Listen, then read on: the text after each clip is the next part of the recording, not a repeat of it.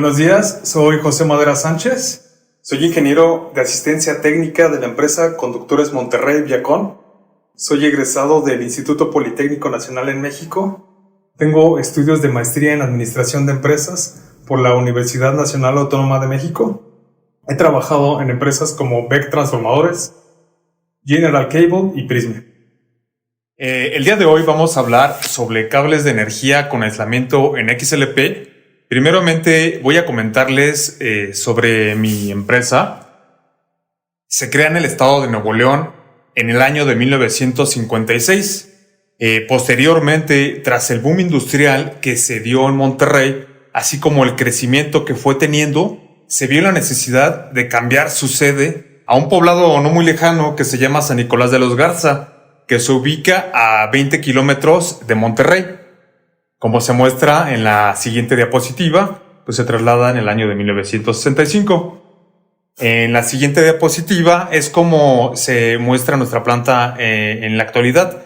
Como se puede ver, en la periferia ya creció la demarcación y por parte de nuestra planta también incorporamos la planta de flexibles, la planta de electrónica y una planta de colada continua. Y bueno, como se observa en la parte central de la fotografía, se muestra una torre donde en nuestra estructura vertical se fabrican los cables de alta y extra alta tensión. Contamos con 6 plantas de manufactura, 3 ubicadas en México, una en Estados Unidos, una en Colombia, en Brasil, para poder así satisfacer la demanda de Estados Unidos, Canadá, México, Centroamérica, el Caribe, Sudáfrica y Arabia Saudita. Somos parte de un consorcio de varias empresas llamada Cygnus, la cual está conformada por la división de cables llamada Viacable, por parte de la división de transformadores se llama Prolec, General Electric. En cuanto a la parte de infraestructura y proyectos es Voltrac y la parte de alimentos se llama Qualtia. Pues ya entrando en materia de lo que les quiero comentar, pues bueno, contamos con las certificaciones más estrictas del mercado. Por mencionar algunas, contamos con certificaciones como ANSE de México, CCA de Canadá, UL de Estados Unidos, Intertek, CFE, ABS, American Bureau of Shipboard, DNB, Deutsche Register, MSHA y la US Coast Guard de Estados Unidos.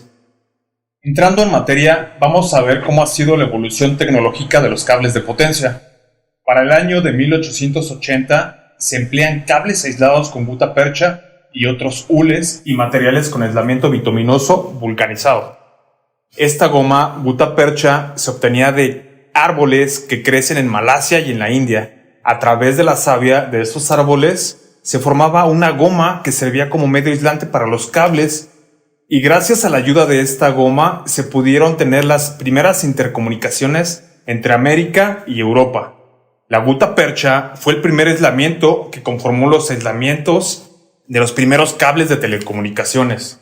Ya para la década de 1890 se crea un cable tubular de 10 kV por Ferranti y se empiezan a utilizar los primeros cables aislados en papel, como se puede apreciar en la imagen.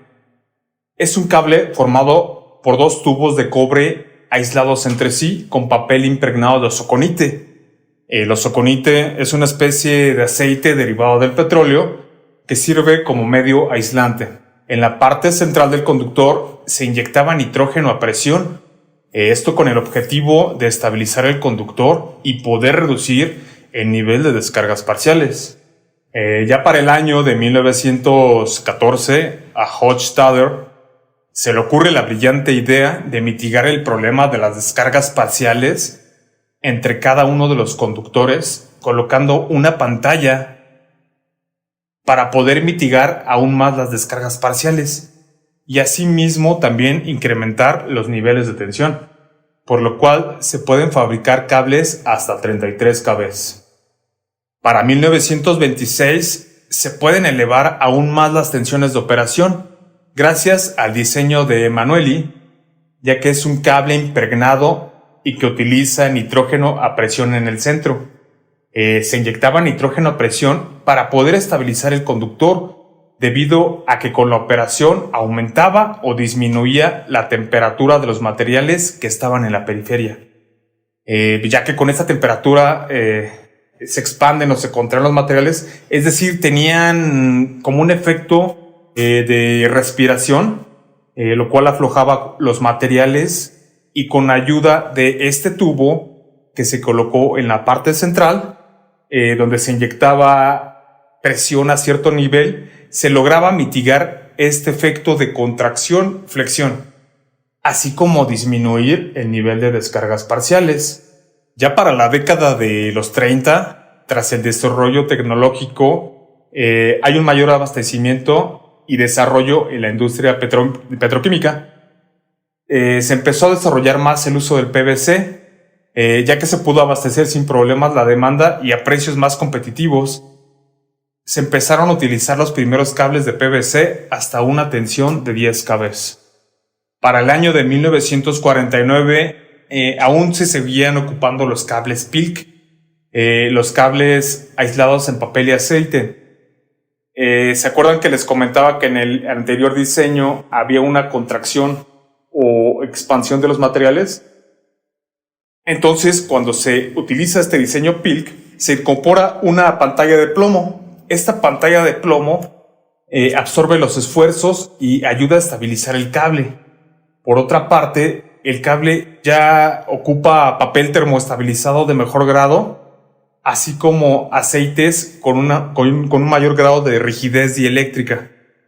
Para 1950 se generaliza el uso del PVC.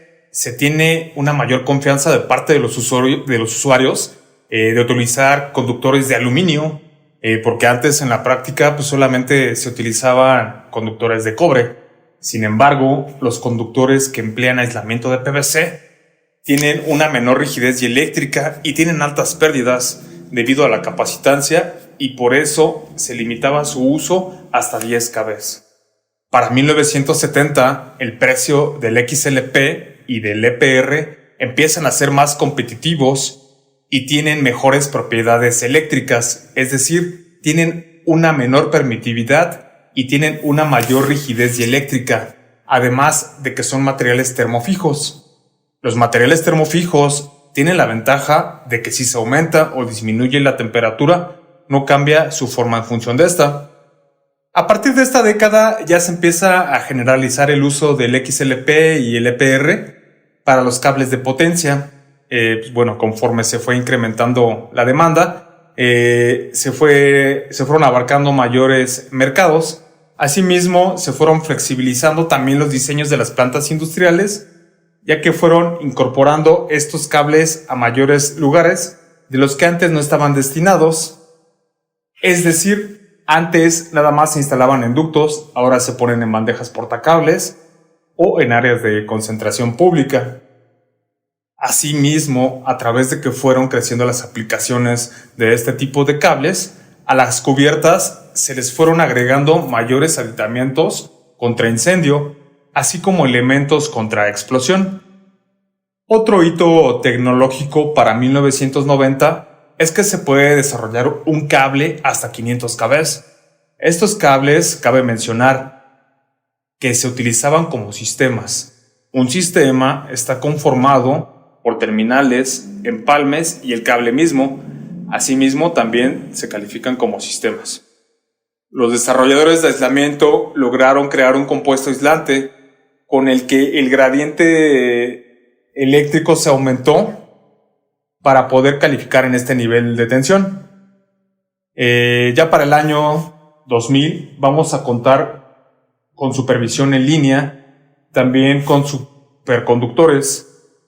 Con la supervisión en línea vamos a monitorear las descargas parciales que ocurren en el conductor.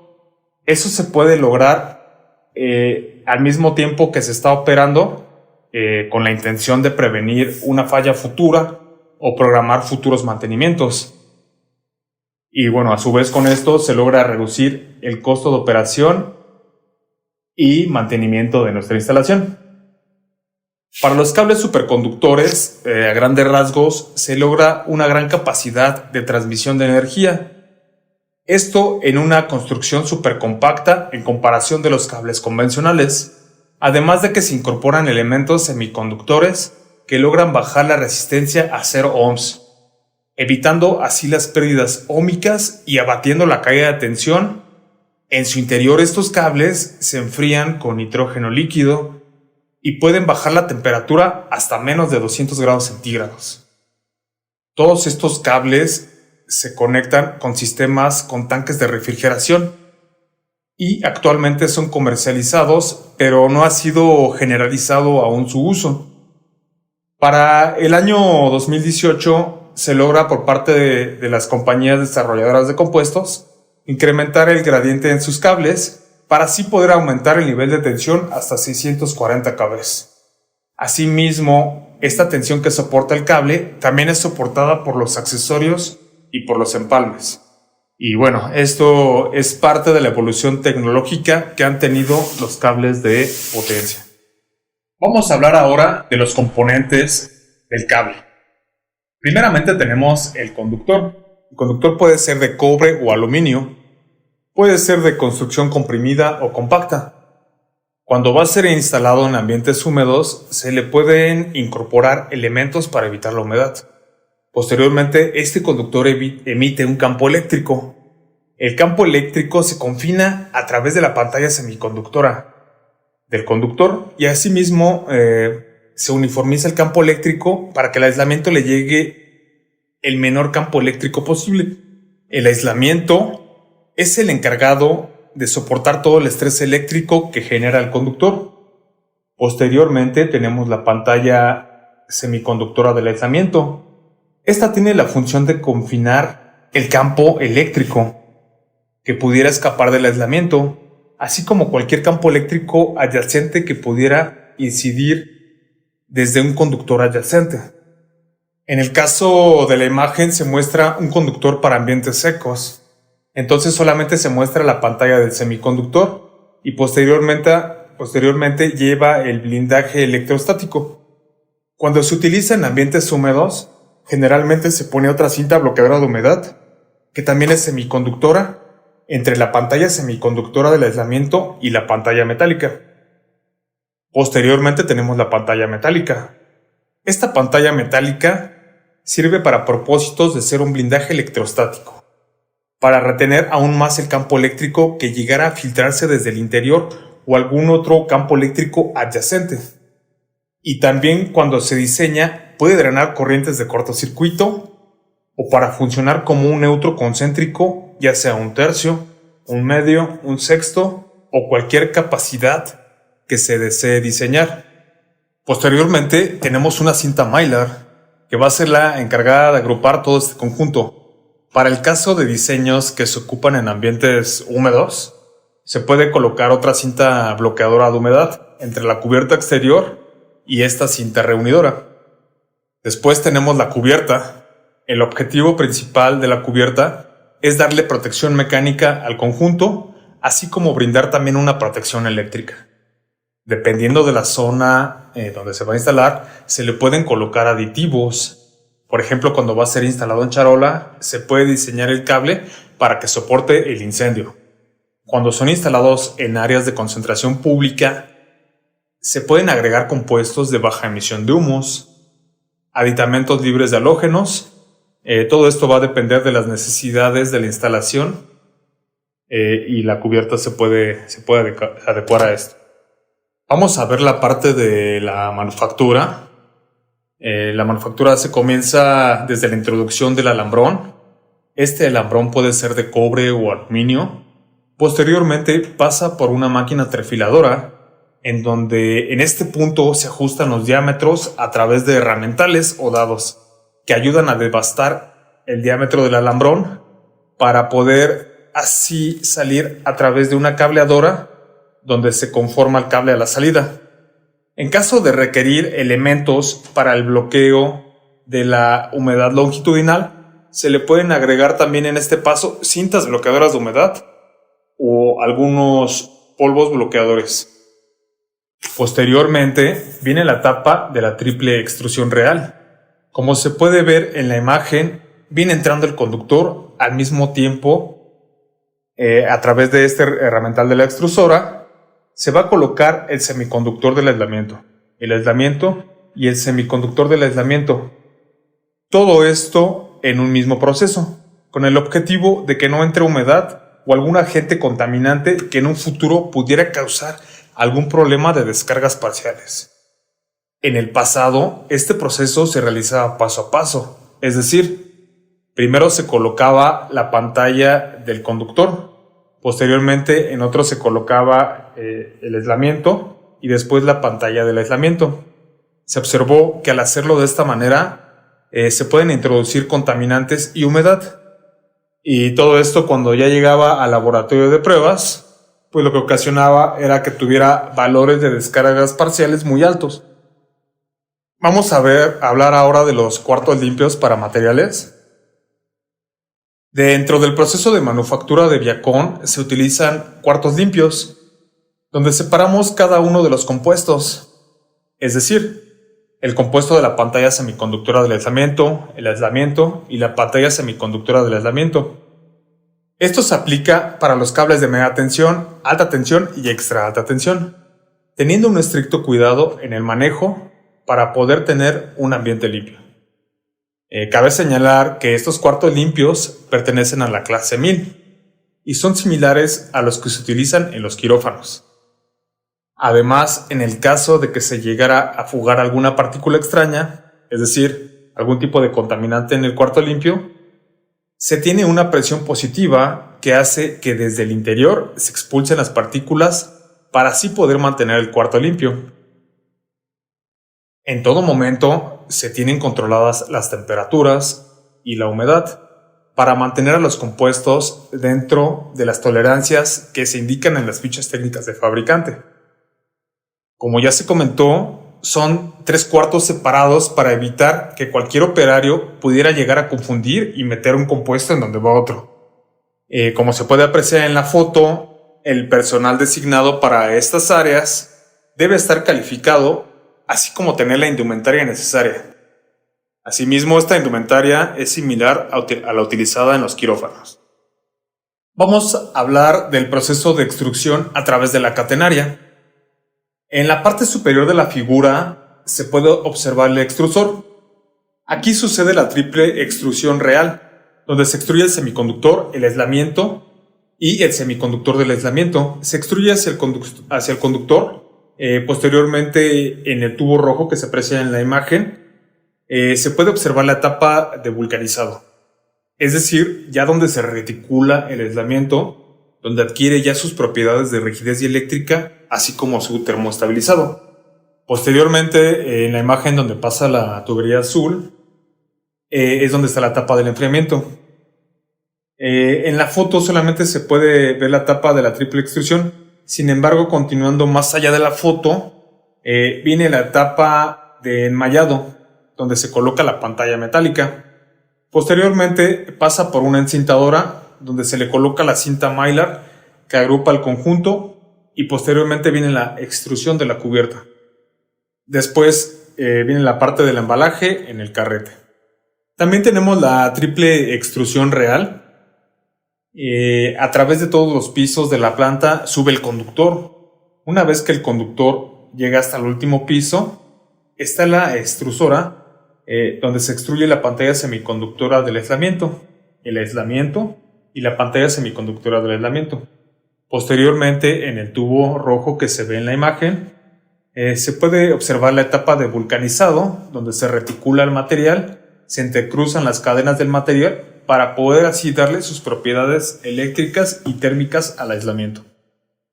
En el tubo azul pasa la etapa de enfriamiento. Después de la etapa de enfriamiento pasa a la colocación de la malla para la pantalla metálica. Posteriormente, la pantalla metálica pasa al proceso de aplicación de la cinta reunidora. Después pasa a la extrusión de la cubierta y posteriormente se coloca en el carrete. Un punto importante acerca de cómo se extruye un material y otro. En la fotografía de la izquierda es lo que no deben de hacer los fabricantes. Como se puede observar en la parte superior del cable, tiene menor aislamiento y en la parte inferior tiene más aislamiento. Esto en un futuro puede ocasionar problemas de descargas parciales. El debe ser es como se muestra en la fotografía de la derecha. Recalcando nuevamente que nuestra empresa Viacon utiliza la triple extrusión vertical cuando se requiere controlar mayor la concentricidad, ya que con la triple extrusión vertical ya no afecta la fuerza de gravedad, es decir, va a ser completamente excéntrico redondo.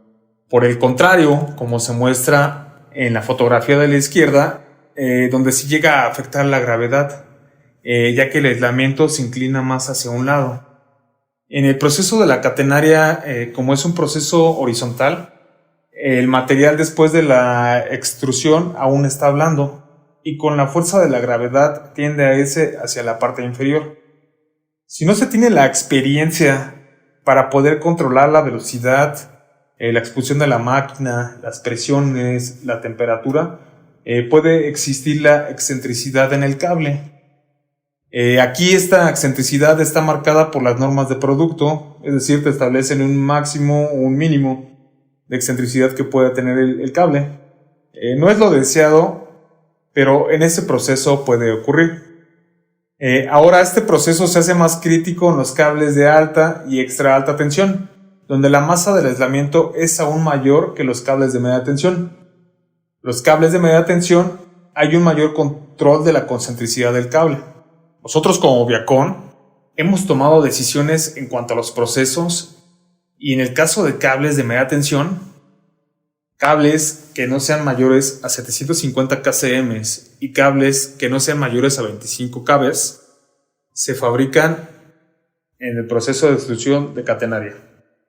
Para cables que ya son calibres superiores a 750 kcm, que requieran tensiones mayores a 35 kb, para cables de alta tensión y extra alta tensión, se extruyen en extrusora vertical para que tengan un acabado perfecto, ya que la máquina cuenta con un monitoreo a través de rayos X, a través del cual se hacen barridos a cada determinado tiempo y se corrige de alguna manera el movimiento que pudiera haber durante el proceso para poder así garantizar la concentricidad que debe de tener el cable. Vamos a hablar un poco de la normatividad para estos cables. Para el caso de Panamá, las normas más utilizadas son las normas ISEA, la UL 1072 y la norma IS 6840. Para el caso de media tensión, principalmente se maneja la norma UL 1072, las normas ISEA que van a depender del diseño, ya que ISEA tiene la parte industrial y la parte de utilities. También se tiene la norma de Estados Unidos AEIC CS8, se tiene la norma 60502 y también la 6840 en la parte de normas internacionales. Para efecto representativo, este es un extracto de la norma mexicana, donde se pueden apreciar las temperaturas de operación, así como los niveles de aislamiento. Prácticamente es lo mismo que la norma UL 1072 y las normas ISEAS. Aquí se pueden ver los diferentes compuestos, así como las temperaturas de operación a las que pueden operar los cables, ya sea 90 o 105 grados centígrados. Lo más común es utilizar 90 grados centígrados. Sin embargo, nosotros también podemos fabricar conductores a 105 grados centígrados. Aquí el principal detalle es que hay que tener cuidado, ya que obviamente el aislamiento debe de cumplir con esa temperatura, pero también la pantalla semiconductora del conductor y la pantalla semiconductora del aislamiento, ya que de no operar a 105 grados centígrados puede haber un problema de compatibilidad. Para el caso de la tabla 4 podemos ver los diferentes niveles de aislamiento, es decir, 100 y 133%, que vienen asociados a los niveles de tensión que comúnmente se manejan.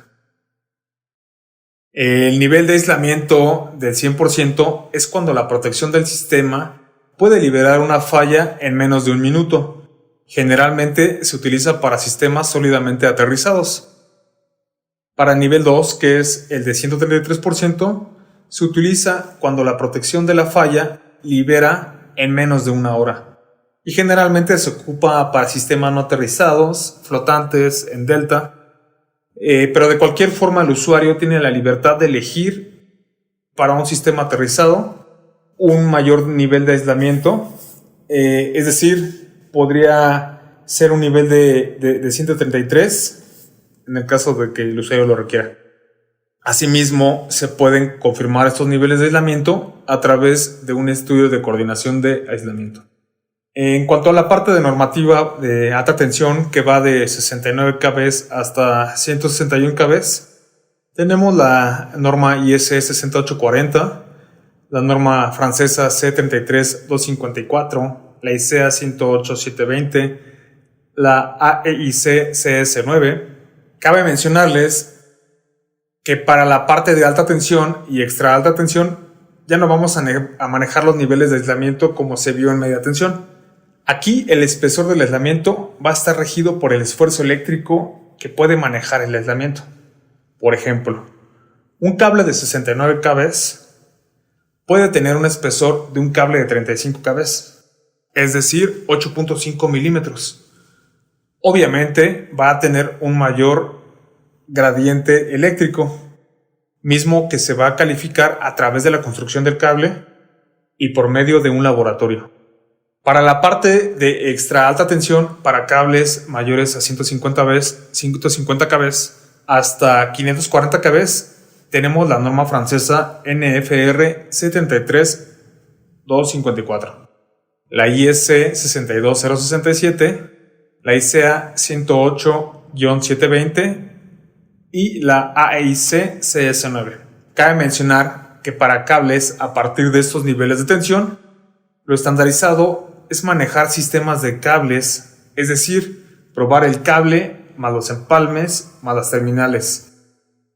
A estos se les realizan pruebas eléctricas, mecánicas, así como ciclos de calentamiento.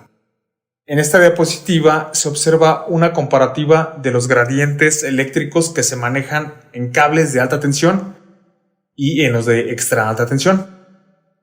Vamos a ver que en el eje de las ordenadas, al nivel de la pantalla semiconductora del aislamiento, por ejemplo, para los cables de alta tensión, podemos manejar niveles por encima de 5.5 kV por milímetro. Para extra alta tensión se pueden manejar 7 kV por milímetro. A nivel pantalla semiconductora del conductor, para los cables de alta tensión podemos manejar gradientes en el orden de 8.5 kV por milímetro para alta tensión, y para la parte de extra alta tensión podemos manejar hasta niveles de 14 kV por milímetro. Como se observa en la diapositiva anterior, de las partes primordiales en el cable están los elementos semiconductores y el aislamiento de XLP. Estos tres elementos son lo que comúnmente llamamos el core o el núcleo del cable. Y es en esta parte donde los esfuerzos dieléctricos deben de ser controlados de tal forma que no represente un riesgo cuando los cables ya están en operación. El XLP es un material muy utilizado, se empezó a utilizar de manera generalizada en la década de los 70s. Se utiliza en niveles de media, alta y extra alta tensión. Tiene la particularidad de que su fabricación tiene que ser en ambientes muy limpios, como ya se mostró anteriormente. Tiene que ingresar en los cuartos limpios para poder ahí manejar los compuestos. Los diferentes fabricantes de XLP manejan distintas categorías. En este caso manejan un XLP extra limpio y un XLP super limpio, que vamos a ver en otra diapositiva a qué se le denomina a cada una de estas designaciones. El XLP es el material del aislamiento que más se utiliza en tensiones de 69 kV y mayores. También para estas tensiones puede utilizarse el EPR. Sin embargo, el uso del EPR, debido a las pérdidas dieléctricas que tiene el material, a final de cuentas viene afectando, ya que incrementa las pérdidas económicas. El EPR no es común que se utilice en tensiones de 69 kV y mayores. Para 69 kV el XLP es el material que predomina para ser utilizado como material de aislamiento. Actualmente el XLP es utilizado en sistemas de corriente alterna, así como también en sistemas de corriente directa, y veremos más adelante algunos ejemplos. Los XLP también han ido evolucionando a lo largo del tiempo. Actualmente tenemos XLP para alta y extra alta tensión, que les llamamos de alto desempeño, en donde en conjunto con los semiconductores tienen que hacer interfaces de alguna manera que sean una transición para que el cable y el campo eléctrico que se genera sea lo más puro posible y que no tenga concentraciones de campo eléctrico que nos lleven a una falla prematura. De ahí que actualmente se utilizan semiconductores que se llaman superlisos, que son de alta resistividad, de alto esfuerzo en la transición del campo eléctrico. Y también, nuevamente, los aislamientos tienen que ser extra limpios y superlisos. Otra característica es la facilidad y rapidez en el proceso de extrusión. Los materiales han ido evolucionando para que sean más fáciles de extruir y poder así disminuir el consumo de energía. Otra característica es que nos permite tener acabados y superficies más uniformes con este tipo de materiales. Las líneas de fabricación de los materiales de XLP son de alta limpieza, ya que principalmente en alta y extra alta tensión, como ya lo vimos, los diseños se manejan con base a los gradientes eléctricos. Cada vez los gradientes eléctricos van siendo mayores y eso implica que la calidad del XLP sea cada vez mejor. En esta diapositiva se puede ver un esquema de lo que es el core del cable, en donde se ve el semiconductor del conductor, el aislamiento y el semiconductor del aislamiento. El aislamiento tiene una apariencia natural de entre un color gris y un color blanco y azul. Aquí las interfaces de los semiconductores es donde vamos a tener, en el caso del semiconductor interno, el mayor gradiente eléctrico que se puede presentar en el cable. Y en el semiconductor del aislamiento vamos a tener el menor gradiente eléctrico que va a soportar el cable. Aquí vemos una tabla donde se ven las características de los nuevos semiconductores y los XLP para alta y extra alta tensión. Lo que son los semiconductores sobre el conductor, se tienen semiconductores que se les llaman convencionales y semiconductores super smooth. La diferencia está en la calidad que puede tener ese semiconductor y al momento de extruirse, cómo queda la superficie extruida. Para el caso de un semiconductor convencional, ahí se ve que la superficie del conductor y las protrusiones que pudieran observarse son mayores, en este caso a 20 microns, y la norma te marca alrededor de 6000 microns como estándar a cumplir. Y para aquellos semiconductores que son mayores a 30 microns se permite un máximo de 100 para los semiconductores convencionales. Se observa ampliamente la diferencia contra el super smooth. Vemos justamente que las protrusiones al final tienden a que sean prácticamente cero. El tener esta superficie lisa es lo que va a reducir el riesgo de esfuerzos eléctricos en las interfaces del semiconductor con el aislamiento. En la parte de abajo, en lo que se refiere al aislamiento, tenemos el extra clean y el super clean, en donde básicamente la diferencia es en lo que se pudiera tener alguna irregularidad en el material. En este caso, en media tensión se utiliza un XLP extra limpio y que puede tener un tamaño de algún contaminante que para este caso va de los 5 hasta los 9 mils. Y lo máximo permitido que tenemos es 3. Para el caso de alta tensión se utiliza un material super limpio con contaminantes menores a los 4 mils. Y lo que se espera es que no haya ningún contaminante en el aislamiento que nos lleve a una falla prematura del cable. Vamos a hablar ahora de las arborescencias en los XLP. Hasta el momento hemos comentado que el XLP es el mejor material que pudiéramos emplear como aislamiento para los cables de alta y extra alta tensión, y es de uso generalizado en media tensión. Bueno, pero como todo en la vida, el XLP tiene sus ventajas y desventajas. En este caso, la desventaja que tiene el XLP es que se pueden presentar arborescencias. También esto se presenta en el aislamiento de EPR, ya que también se generan arborescencias. Hay algunos fabricantes que indican que el EPR no genera arborescencias.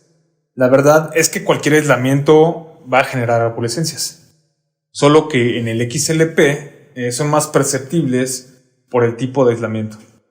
Hay un laboratorio en Estados Unidos que se llama CTC. Ellos desarrollaron una metodología para poder observar las arborescencias en los materiales de EPR, lo cual hasta hace unos años no era muy común, y por eso se decía que los EPRs no generaban arborescencias. Pero no es que no tuvieran arborescencias, sino que no se podían observar. Actualmente ya podemos ver las arborescencias.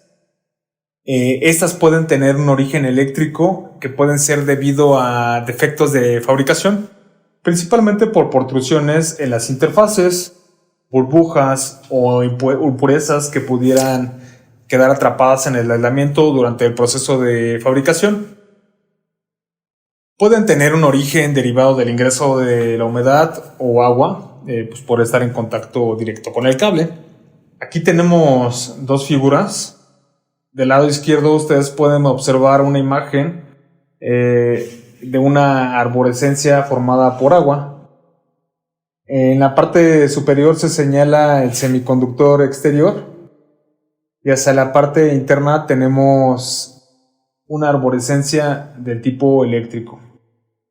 En la figura del lado derecho podemos observar una arborescencia de tal manera que esta arborescencia rompe totalmente el aislamiento y provoca una falla en el cable. Bueno, obviamente las arborescencias son fenómenos que no son deseables en los cables, y en este caso en el XLP no es deseable que se tenga la presencia de arborescencias. Entonces aquí la pregunta que nos surge es: ¿qué opciones tenemos para evitar las arborescencias? Bueno, actualmente tenemos aislamientos que retardan la aparición de estas arborescencias, que son conocidos como XLP, retardante a las arborescencias, es decir, Tree Retardant XLP. Recalco la parte de que son elementos que retardan las arborescencias. Esto no quiere decir que las vayan a desaparecer o no se presenten.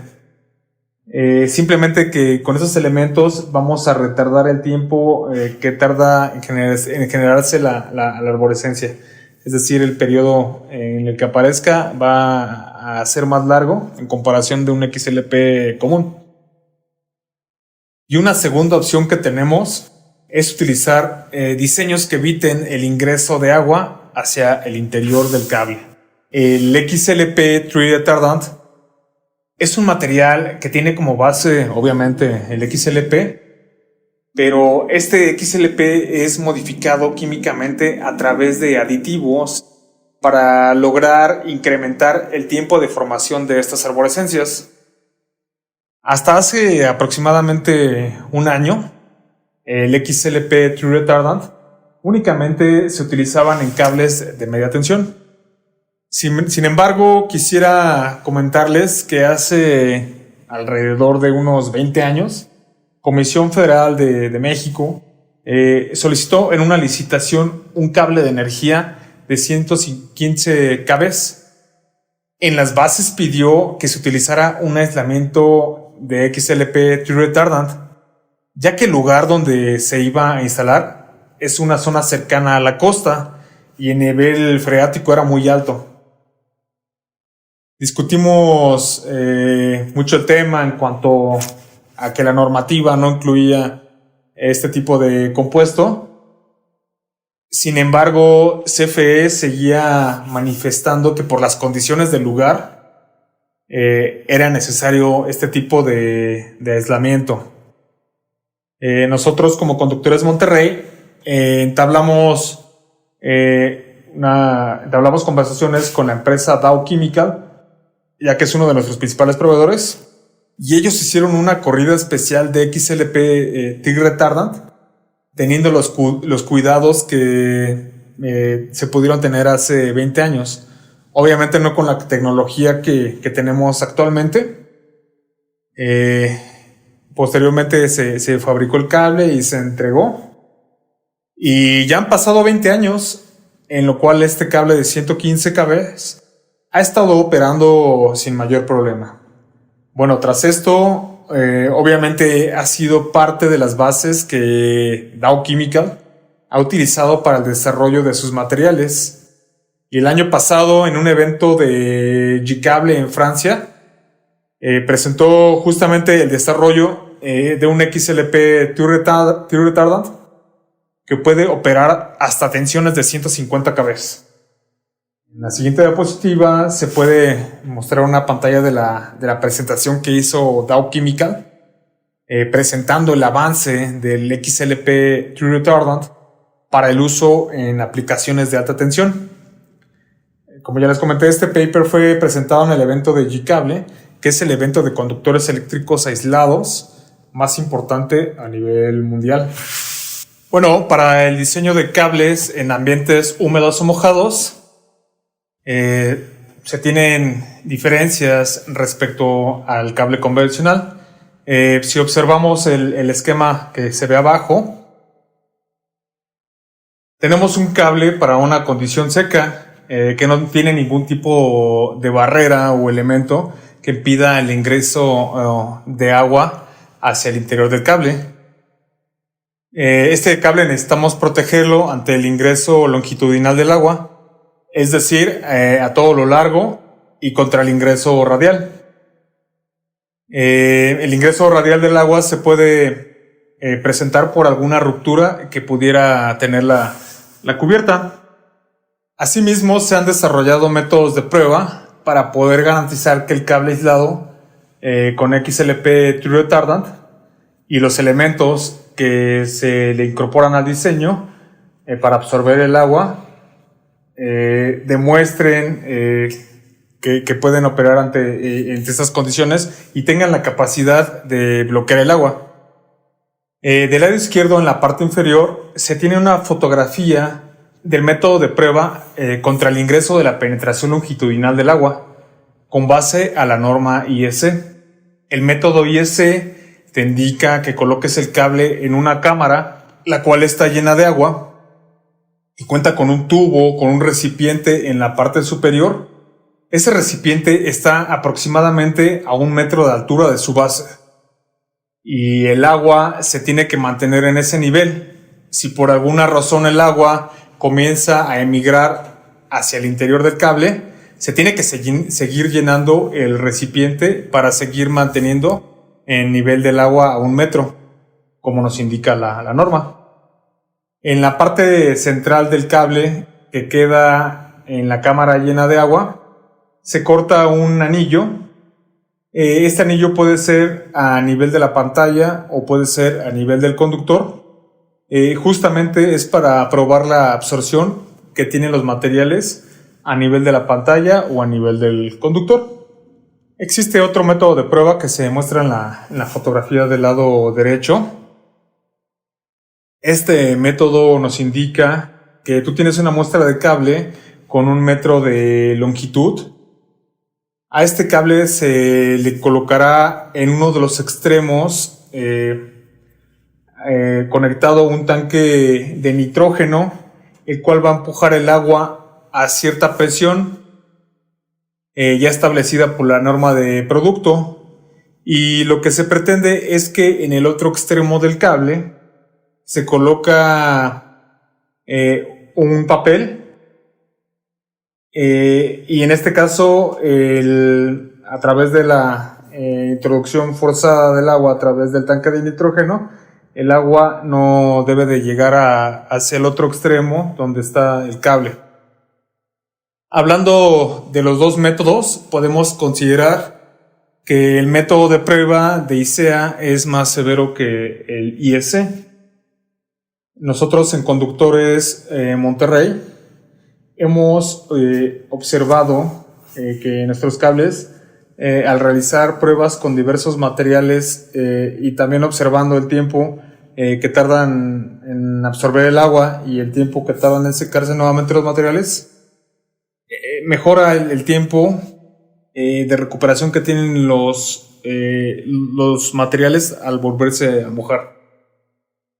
Por lo tanto, a través de estas pruebas hemos obtenido los mejores materiales para que nuestro proceso sean adecuados, y en las pruebas que hemos hecho se han detectado que para nuestros cables el agua no llega a ingresar a longitudes mayores a 20 centímetros, lo cual es un muy buen dato, a pesar de que la norma solamente te indica que pasa o no pasa, es decir, que solamente no llegue hacia el otro extremo del cable a partir de donde se le está inyectando el agua a través del nitrógeno.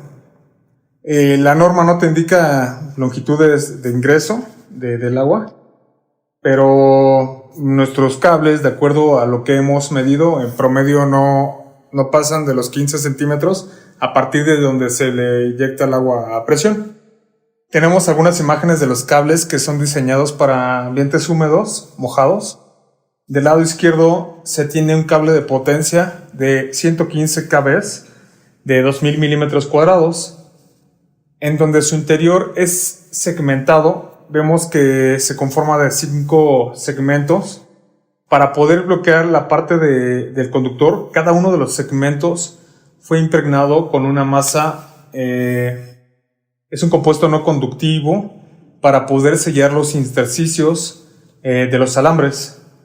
Se colocó un relleno en el centro del conductor y entre cada uno de los segmentos se colocaron hilos absorbentes.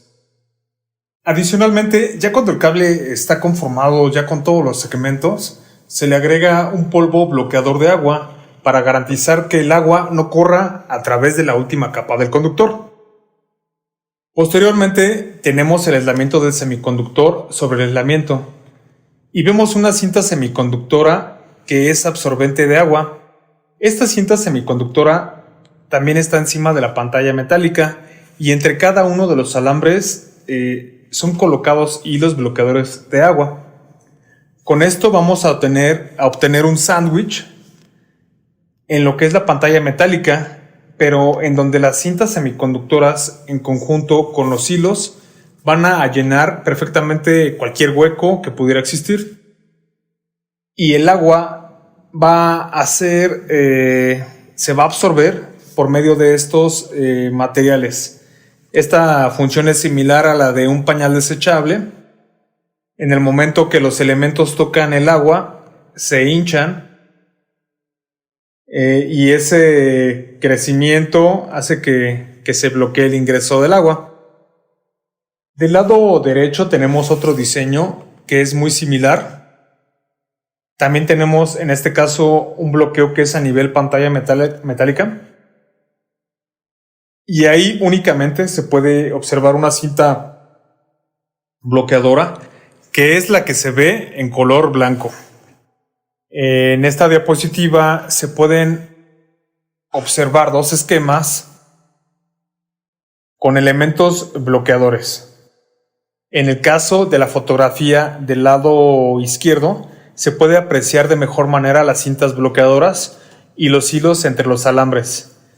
Y se alcanza muy poco a percibir una pequeña línea en lo que viene siendo la cubierta de este cable. Si observamos detenidamente en la cubierta, se alcanza a percibir una pequeña línea blanca antes de lo que es la cinta semiconductora. Esa pequeña línea blanca no es más que una cinta de aluminio que va firmemente adherida a la cubierta. Esa cinta de aluminio es justamente una barrera contra el ingreso radial de agua hacia el interior del cable. Esa barrera radial la podemos ver de mejor manera en la fotografía del lado derecho. En este caso tenemos un cable también segmental. Tiene su semiconductor del conductor, su aislamiento, su semiconductor sobre el aislamiento. Tiene una cinta semiconductora bloqueadora de agua y posteriormente sobre la pantalla metálica se tiene un tubo liso soldado que viene siendo la función de pantalla metálica electrostática para función eléctrica y contra el ingreso radial de agua. Y esto con la intención de poder así evitar alguna futura formación de arborescencias. Tenemos cables con aislamiento de XLP que son utilizados para ambientes submarinos. Hay una gran diferencia entre un cable para ambientes húmedos o mojados y uno que va a ser utilizado para ambientes submarinos. Un cable como el que acabamos de ver no es apto para operar en ambientes submarinos. El cable submarino es aquel que todo el tiempo va a estar sumergido en el agua. Además, un diseño de cable submarino va a incorporar otros elementos que tienen principalmente funciones del tipo mecánico para que el cable pueda soportar los movimientos propios que se tienen por las mareas y también la presión propia del agua donde va a ser instalado. Tenemos dos fotografías de cables aislados en XLP. En este caso, los cables submarinos pueden ser de corriente directa o corriente alterna. Lo mismo sucede para cables para ambientes subterráneos. Actualmente los materiales de XLP tienen ambas aplicaciones, aunque es importante resaltar que un aislamiento de XLP para corriente alterna no puede ser utilizado para corriente directa, ya que es una formulación del compuesto diferente. En la fotografía del lado izquierdo podemos ver un cable submarino para corriente directa. Podemos distinguir que es para corriente directa porque los alambres de cobre que se pueden observar en lo que pudiera ser una pantalla son de un calibre muy grande, lo que representa que puede ser el polo negativo para complementar el polo positivo del conductor. De ahí que la selección de los alambres de la pantalla metálica, polo negativo, debe ser como la misma sección transversal del conductor central.